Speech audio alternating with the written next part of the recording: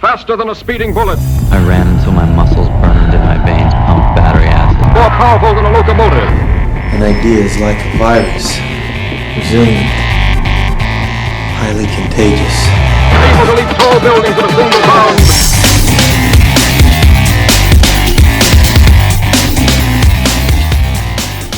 Hey guys, Jared Moon here, and welcome to the Better Humanology Podcast, a podcast aimed at one thing, and that is making you a better version of yourself, a better human being, and we do that in a lot of different ways. But before we talk about that, before we hop into what we're going to be talking about today, I just want to say if you enjoy the show, head over to iTunes and leave us a 5-star review and a positive comment. Really helps the show out, helps me secure guests like Don Fletcher, who we'll be talking to today. So if you could do that, I would be forever grateful. And also one more thing, and not too far from now, I have a book coming out.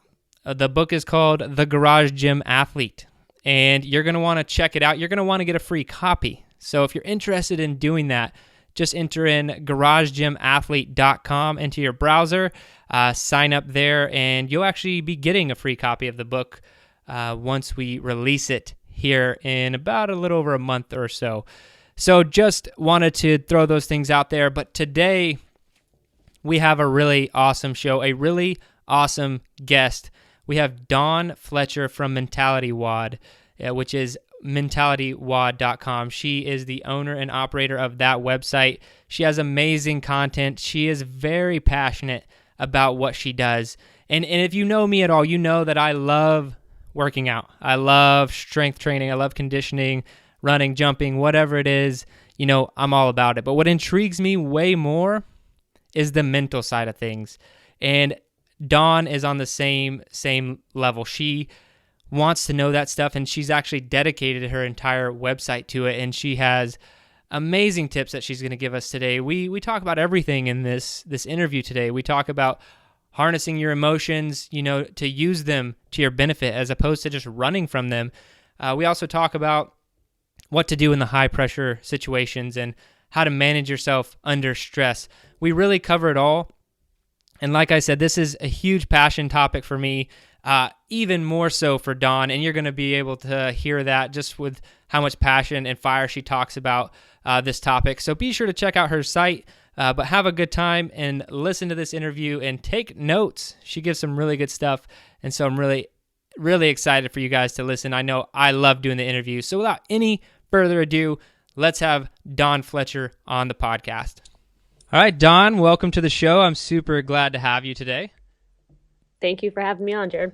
Yeah, I've actually been following your website for a long time. I've really been interested into just kind of the mental side of things, of training and everything like that. So your website has always been inspirational, and I don't know, you just really help, with that mental edge. So super glad to have you here today. But before we hop into all of that stuff today and we get into the interview, can you just give me and my listeners kind of a background of who you are, where you come from, and what you do?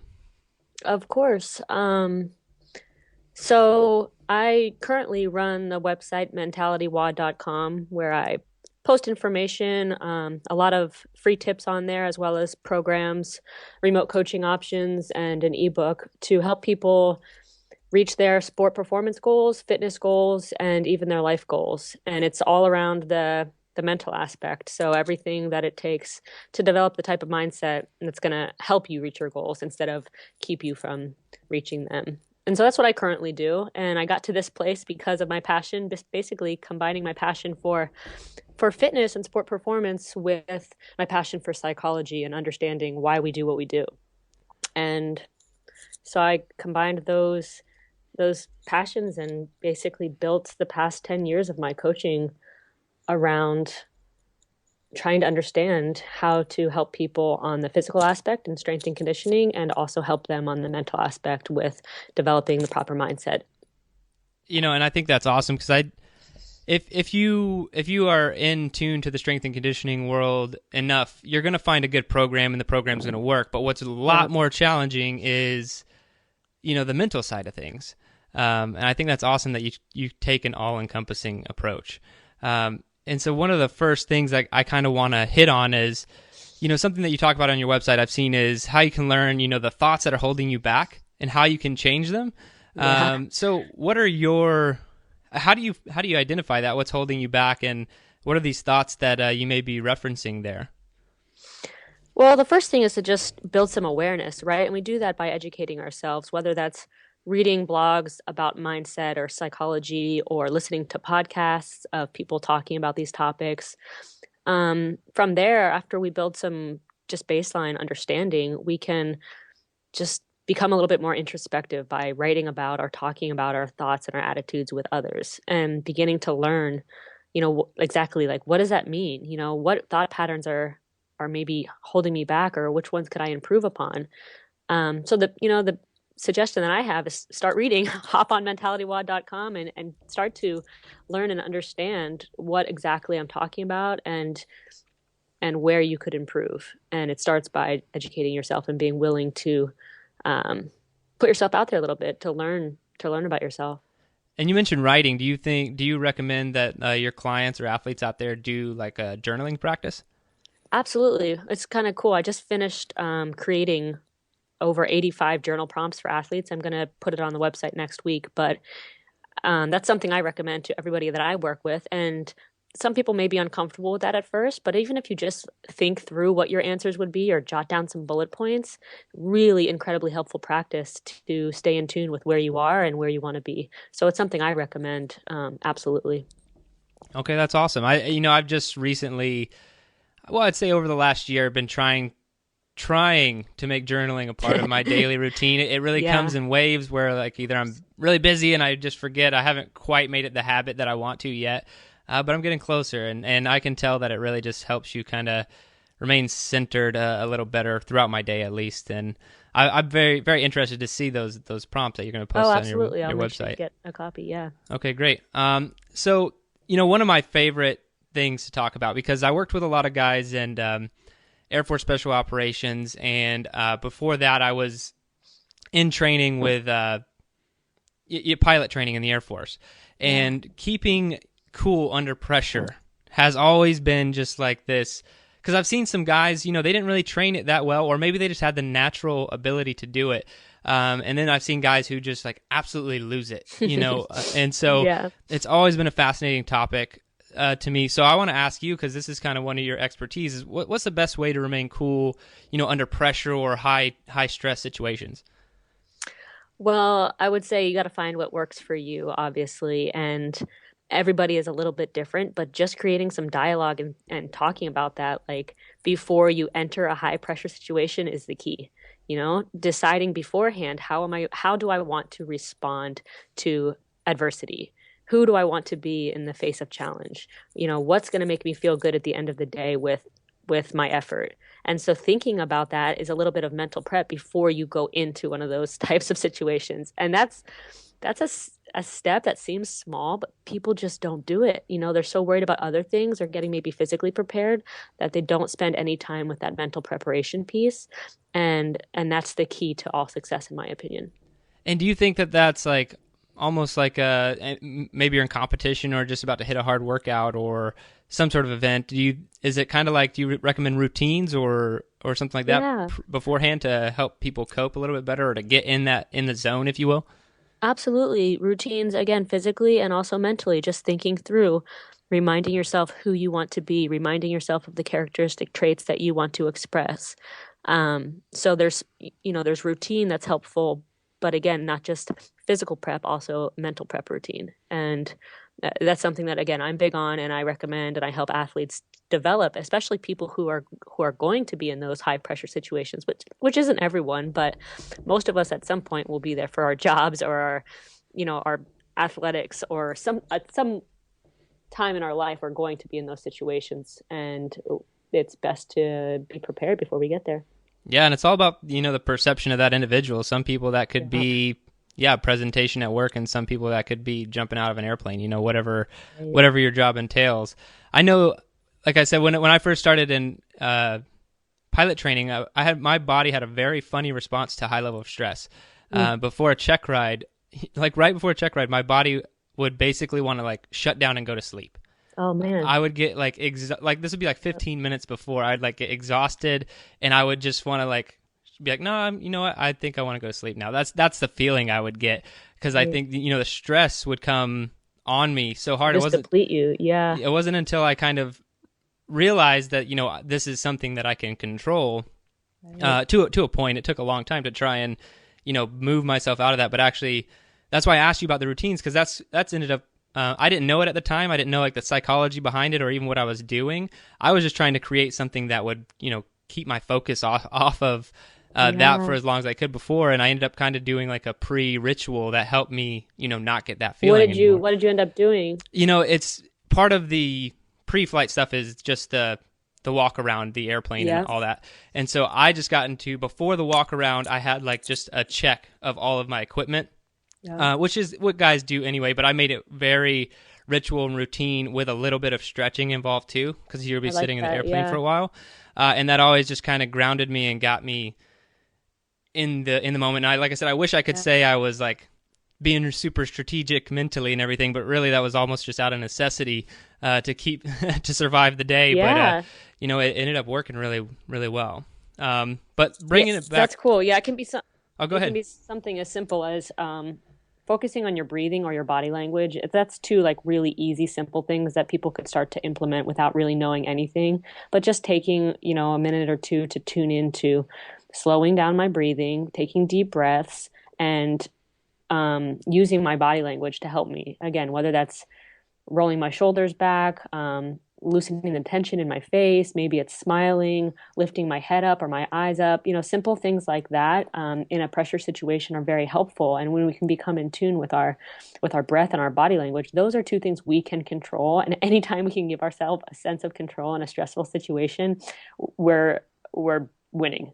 And so that's just two really easy things to give people kind of a takeaway. I've noticed that in I'd say mainly like tennis players. I've noticed it in some like CrossFit Games athletes, but maybe it's a little bit different. But like tennis players picking their strings and all of these little things. What do you think about stuff like that? Is that more in the moment type stuff? Because that's another question I want to ask you is, a mental strategy or tip you could share with like when you're kind of in the situation as opposed to kind of leading up to it. Yeah, and that's, like the example you gave of maybe a tennis player plucking their strings. That's just something that person, maybe they find that brings them some sense of calm, some sense of control, some sense of like a familiarity where they have done that a million times. So sometimes it's a physical cue, whether that's, rubbing your fingers together, tapping your leg, or touching your equipment. And sometimes it can just be a word or a mantra, just something that you tie back into as a reminder that everything's going to be okay. Again, I talk through those things with athletes and with clients, and I encourage people to think through what might that be that's going to be helpful for me during the stressful situation. And it can either be a physical action or it could be like a mental cue. Okay, and so you said like a mantra. That's is that something that you recommend like everyone have, like a set one? Yeah, or even just a few different things. Something that you could do would be write down 5 or 10 like slogans or words that help you. And when you can become more aware of like, oh yeah, whenever I say that to myself, it helps. Or whenever I think of that word, it helps. Or whenever I repeat that quote over to myself, that helps. So you come up with, you want more than just one, because sometimes that one doesn't work. So having a few things that you acknowledge help you in a stressful time is going to be a good practice, because then when you get to that moment, you'll be able to draw from a couple of those different mantras. Yeah, and I like the fact that you said, having multiple ones, because I know, say I'm just in a really, really hard workout and I've kind of mentally prepared, there are sometimes I could say something to myself, of course, and it's just like, nope, I don't care what like, this shit's not working. Yeah, exactly. And I know. And that's why I say, you can tell yourself like all you want, like, I'm strong, but sometimes that's just not working. Right. And so what are you going to do next? Are you going to stop and take a second to breathe? Are you going to remind yourself it's almost over? Tell yourself that you've done something harder before? What is going to be your next cue after that one isn't working? And so we need to have or it'd be best to have that kind of toolbox full of things that you can do in those types of situations. It sounds like, a lot of getting good at the mental side of everything is kind of understanding yourself really well. Yes. That's Um, 90% of it. yeah, and so one of the things that you talk about is understanding your doubts, fears, and anxieties, so you can benefit from them. Maybe we touched on this kind of when we first started the interview, but what are some of the ways that you can? Because some fears are obvious, but there might be some other things that aren't as obvious to people. So how do you recommend, especially maybe to athletes, how they find those, identify them to use them for their benefit? Right. And it's a little bit of a process that happens again from getting to know yourself, but starting off by, so many people, and we all do this, try to just push that fear or anxiety or doubt away. We want it to go away, right? We don't want to feel it, we don't want to experience it, and we want it to go away. But instead, I recommend that we start to understand that these aren't bad. These aren't bad feelings. They can actually be incredibly helpful, and we can use them to get better. Okay. So, starting by understanding, like, what am I fearful of, or what do I not want to happen? What's making me feel unsettled or some doubt, and understanding whatever that is for that situation. And then saying, can I use this? Can I still go forward in spite of this? And the more we continue to take those steps forward, the less of a hold they'll have on us. It's not that they're going to go away. It just means that we're willing to take steps forward with those feelings like fear, doubt, anxiety. Okay, and I think I really like what you're saying as far as don't just run from them. Right. Learn how to harness and use them. So I actually heard a quote, or not a quote, maybe someone was having a discussion about whether it's in a workout or a difficult situation in your life, bouncing from using emotion to get you through and using logic to get you through. And like I never really saw that. I'm such a logical person, just like, analytical mind and everything. So it was harder for me. But when you say it, and I've heard it said other places, the fact that, don't just run from those emotions, like learn how to harness them and use them. I think that could be really beneficial. Is that another thing you think people can get through journaling? Yeah, through, again, journaling. It would be really helpful to either talk it out or just go through it with a professional or with a coach who has some understanding and knowledge in that area, because we all feel like a little crazy, or we all feel like no one quite understands. But when you start to talk this stuff out with other people who have similar experience, you realize, like, we all have it and we're all the same. And it's actually a pretty beautiful thing to be able to share those experiences with others and encourage each other through those situations. And so, yes, journaling helps, talking it out helps, reading about this or listening to, other speakers talk about it. But the combination of all those things is best. And would you recommend, like, I'm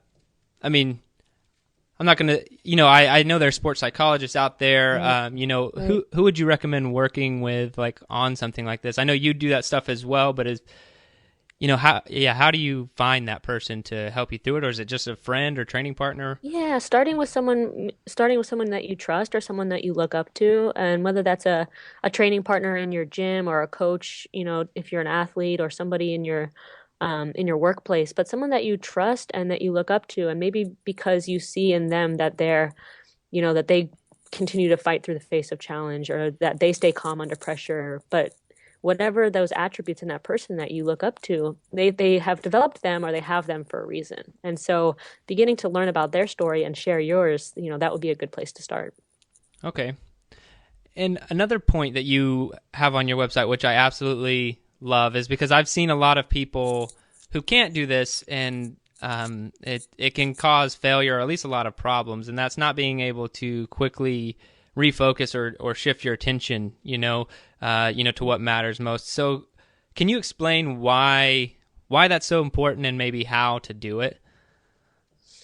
Well, what I'm talking about there is mostly being able to bring your focus and your attention to the present. And so I've been saying recently that about 80% of our thoughts we want to be on the now, right? Maybe 10% are reflective about the past, and 10% are, and again, this is just hypothetical percentages, but 10% about the past and maybe 10% about the future. But then being able to bring your attention back to right now. What can I do? What can I influence? And what am I in control of that's going to set me up for the best possible future? So in an athletic situation, that's being able to quickly recognize when your thoughts are, beating yourself up about what you should have done or what you could have done differently, or when you start to stress about what might happen in the future or what might not happen. It's being able to quickly recognize that and then bringing yourself back to right now. What can I do? This is, kind of a tangent off of this point, because you've mentioned kind of like your internal chatter, a few times, like your internal dialogue. So I write some mental tips and strategy stuff at my website from time to time, but personally,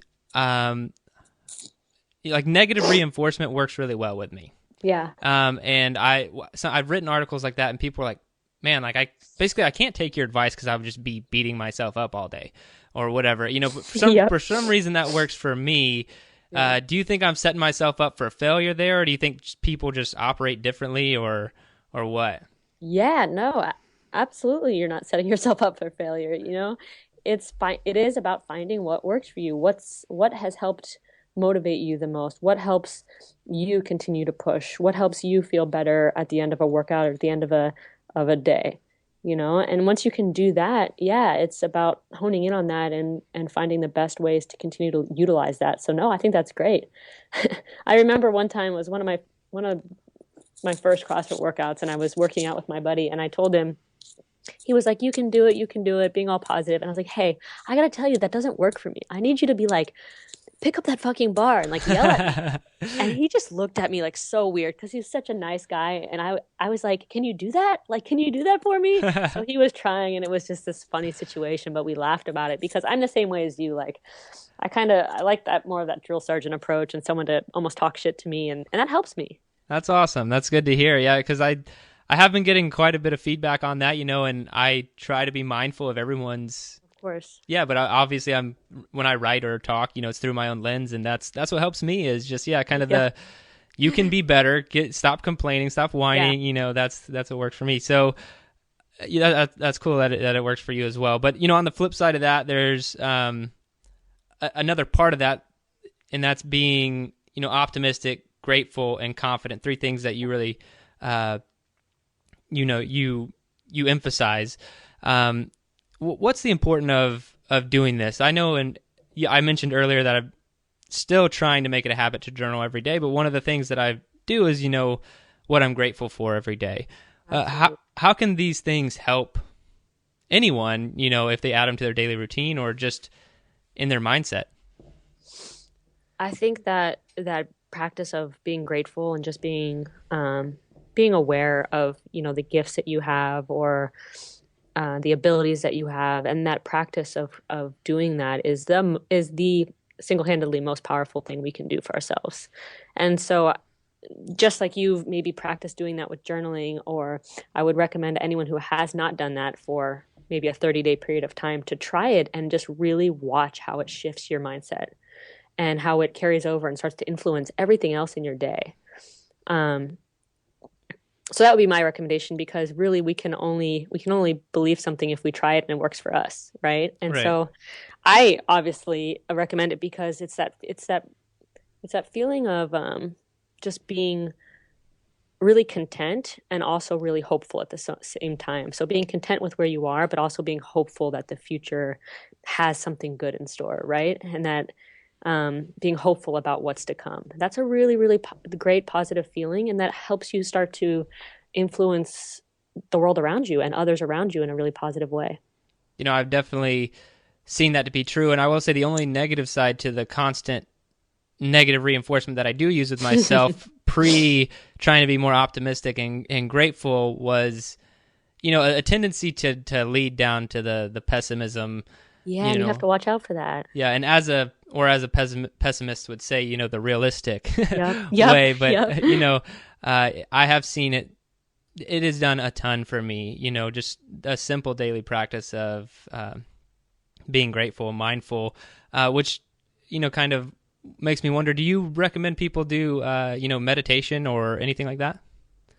Yeah, sometimes people are a little like eked out about that word, but really what that means to me and what I try to let people know is just taking time to be still and be quiet with your thoughts. And that means eliminating all other distractions, whether that's electronics or noise from your space, and just taking the time each day. And at the minimum of 5 minutes, but the longer that you can do that, the better, really. But even just 5 or 10 minutes here and there, just taking the time each day to be quiet and still with your thoughts is again another integral practice. And it's something that I do and I highly recommend, and that I think that people don't do enough of, honestly. No, yeah, I completely agree. And I often forget that that does kind of weird people out. I know we did a meditation podcast a while back, and I got an email from a listener who told me that he wasn't Buddhist and not interested in listening to my meditation podcast. And I was like, well, it's not, it's not being tied to anything other than being mindful and present in the moment, So yeah, that's something I want to, little disclaimer I just throw out there for everyone. Yeah, sometimes it's like demystifying those words. When I talk about things like meditation or mindfulness, I always try to use other words or other language and explain them so that people are like, oh yeah, like I do that, or that sounds cool, instead of like, oh, that's just weird, or that's just a bunch of this, whatever. Californian stuff, right? Yeah, exactly.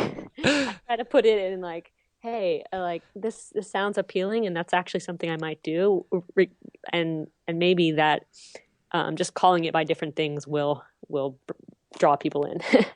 And I'm sure you're familiar with Mark Devine at SealFit, and he essentially he's a big he's big into meditation, but what he has a lot of his athletes do or operators do is box breathing.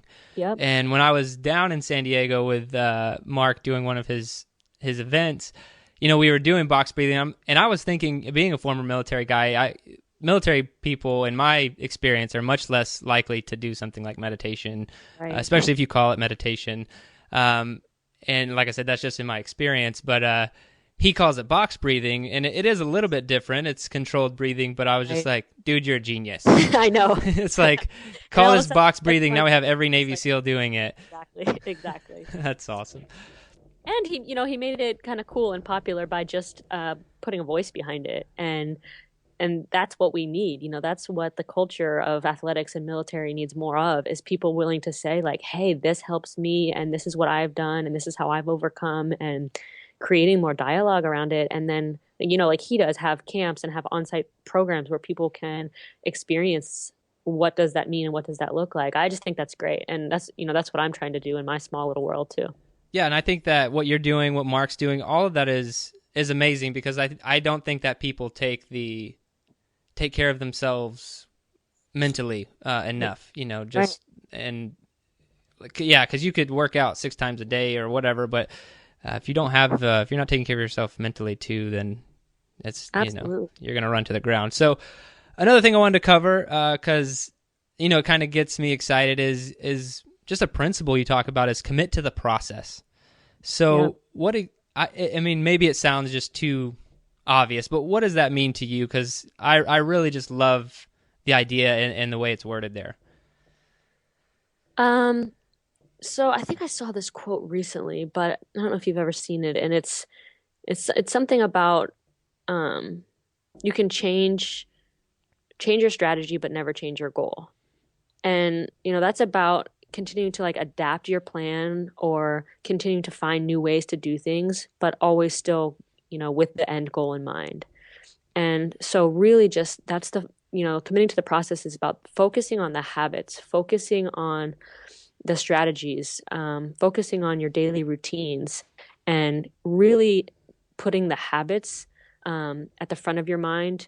And the goal is still in mind, but your focus isn't on the goal, because that's the outcome and we can't control that anyways. But your focus is on, what are the habits that I'm committing to? What are the strategies that I'm willing to try? How can I continue to stay focused, again, more on the present and what I can influence, and continue to do that in a way that if I'm growing and if I'm learning, even if that means a lot of mistakes and a lot of losing, that if I'm growing and I'm learning, then that's a positive and that's a good thing, and I'm getting better. And I love that. Just, committing to the process exactly like you said with the daily routines and just it's focusing on I almost want to say smaller stuff, but it's leading to the bigger goal, what you were talking about. But, I feel like most people don't even have a process, or they don't have they're not doing it in increments or small, steps that gets them where they want to go. And that's why I loved that. When I saw that on your website, I was like, man, this is awesome, because I fully agree with it. It's people, what's the quote? People overestimate what they can do in a day and underestimate what they can do in a year. Yeah. And so I think focusing on just small steps and chipping away at something for a long time is the best way to get there. Yeah, absolutely. And again, it takes a little bit of thinking time, or a little bit of journaling time, a little bit of a prepped period to kind of sketch out, what does that look like? What are the things that I can do daily and weekly in order to get to that monthly or yearly goal? And strategizing a bit, but I think that's the fun stuff, and if you get a crew with you as well to buy into your goals or to share your goals with, it's going to be far more meaningful. So how do you go about that, if you don't mind me asking, your daily routine? Are you super organized, everything on the calendar, or do you just kind of have some habits? What does your day look like to committing to the process? So there's a few things that I do daily as far as routines, again, that I know that help me. Things like morning quiet time, spending time outside, making sure that I have free time throughout my day. That's my goal, is to create as much free time for myself as possible so that my calendar is not stacked. And so those are the couple things I stick to daily as routines. But then on top of that, it's again, always looking at, where do I want to be, and understanding that for me, I want to have a lot of freedom so that I can choose to work with clients or help others, or, create a lot of openness in my schedule and in my lifestyle so that I can basically choose how I want to spend my time. In order to do that, I need to be really efficient with my time management. And like you said, I put about 3 things on my each day that I definitely am going to get this done. I want to get these 3 things done as priorities. And then anything on top of that is just bonus. That's awesome. So making a few priorities for each day, and then again, working to free up as much of my time as possible. Yeah, and you're kind of following the Tim Ferriss approach there. Absolutely. Yeah. Okay. I didn't know if that was maybe. Yeah, he's one of my influencers for sure. Oh yeah, that's awesome. Really awesome. And then another thing that comes to mind of what you said is Jocko Willenick. Have you heard of him yet? He's he wrote the book Extreme Ownership. We've talked about him a few times on the podcast here, but what came to mind when you were saying all that is his big quote, like he says all the time, is discipline equals freedom.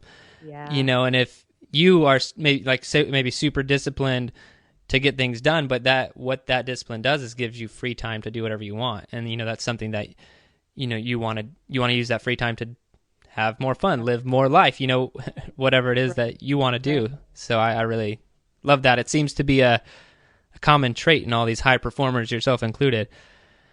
All right. And I don't know if he talks about this at all, but I'm going to definitely check out that book. But, I think we all know that, that, okay, we maybe want to create this certain life for ourselves. So there's going to be some things we have to do up front, but people continue to think about, what am I setting myself up for in the future? And they put all those rewards in the future. And I try to encourage people, and myself try to incorporate that discipline, but also that creating that freedom for now. What can I do that's not all about just doing now to set myself up for some type of lifestyle in the future, but what can I do now to start to make changes or to improve my lifestyle right now? So, just in order to not get stuck on that, like, oh, I have to just grind and be disciplined and, get in that headspace in order to hopefully create something better for the future that may never come. That would be not a good situation. Personally, I was probably, and I'm still working on it, but I was so bad about that. Right. I'd set a goal for myself, and I would even achieve the goal, and then just be like, well, on to the next one. Because you can take a break when this is done. You can slow down when this is done.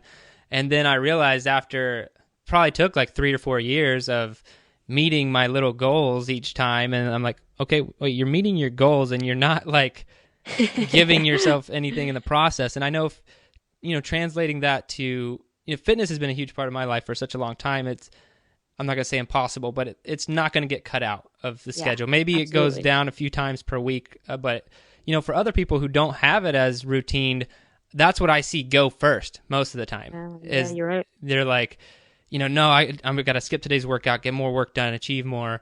But it's like, well, if you're not putting in that time for your health or, to spend time with your family or whatever is important to you, yeah, what if you did get hit by a bus tomorrow or something, and that's it, yeah.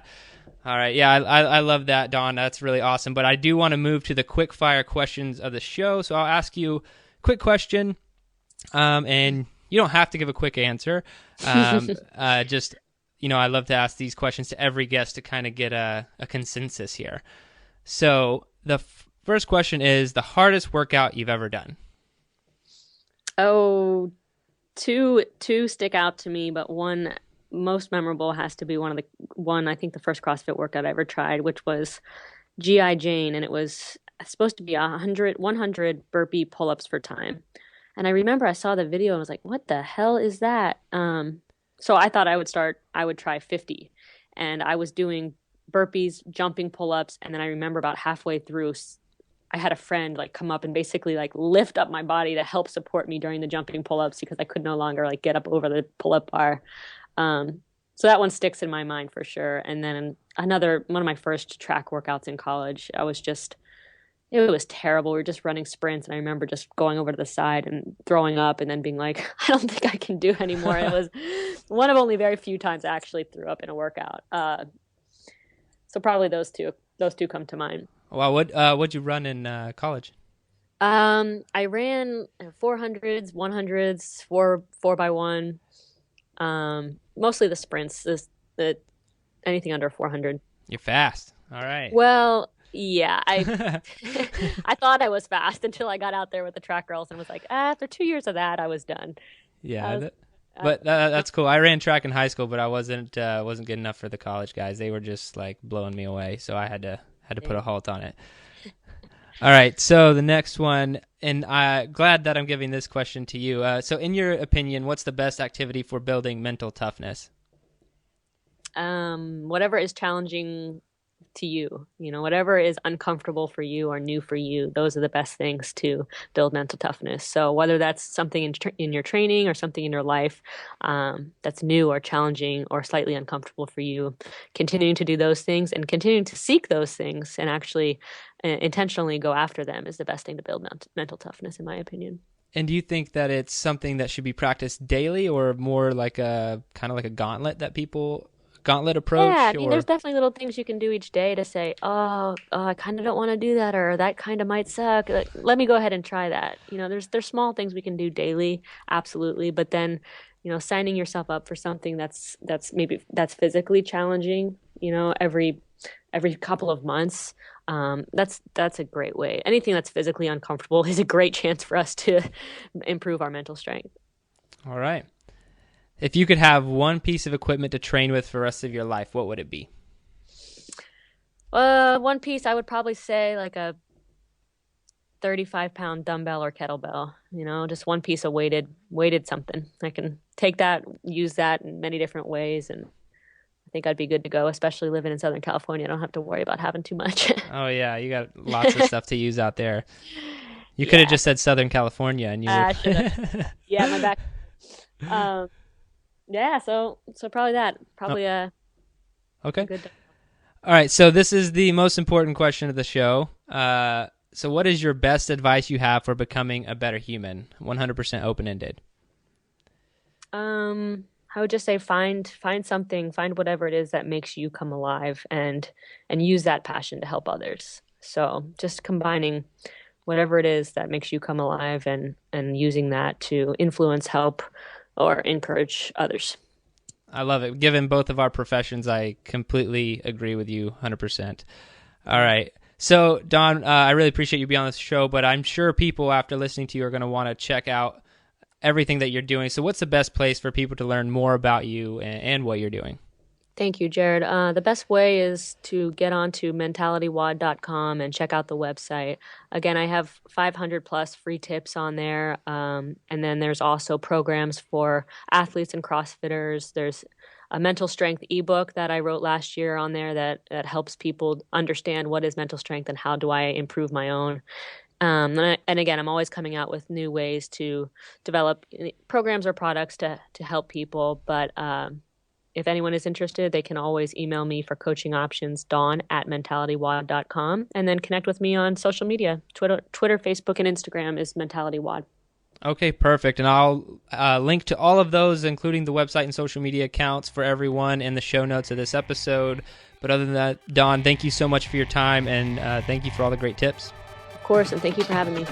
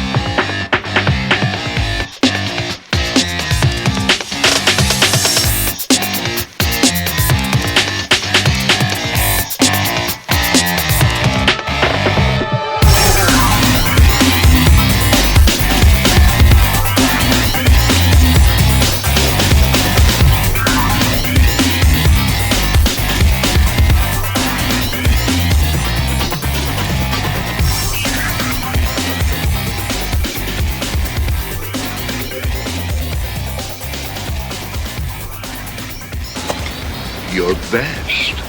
Losers always whine about their best.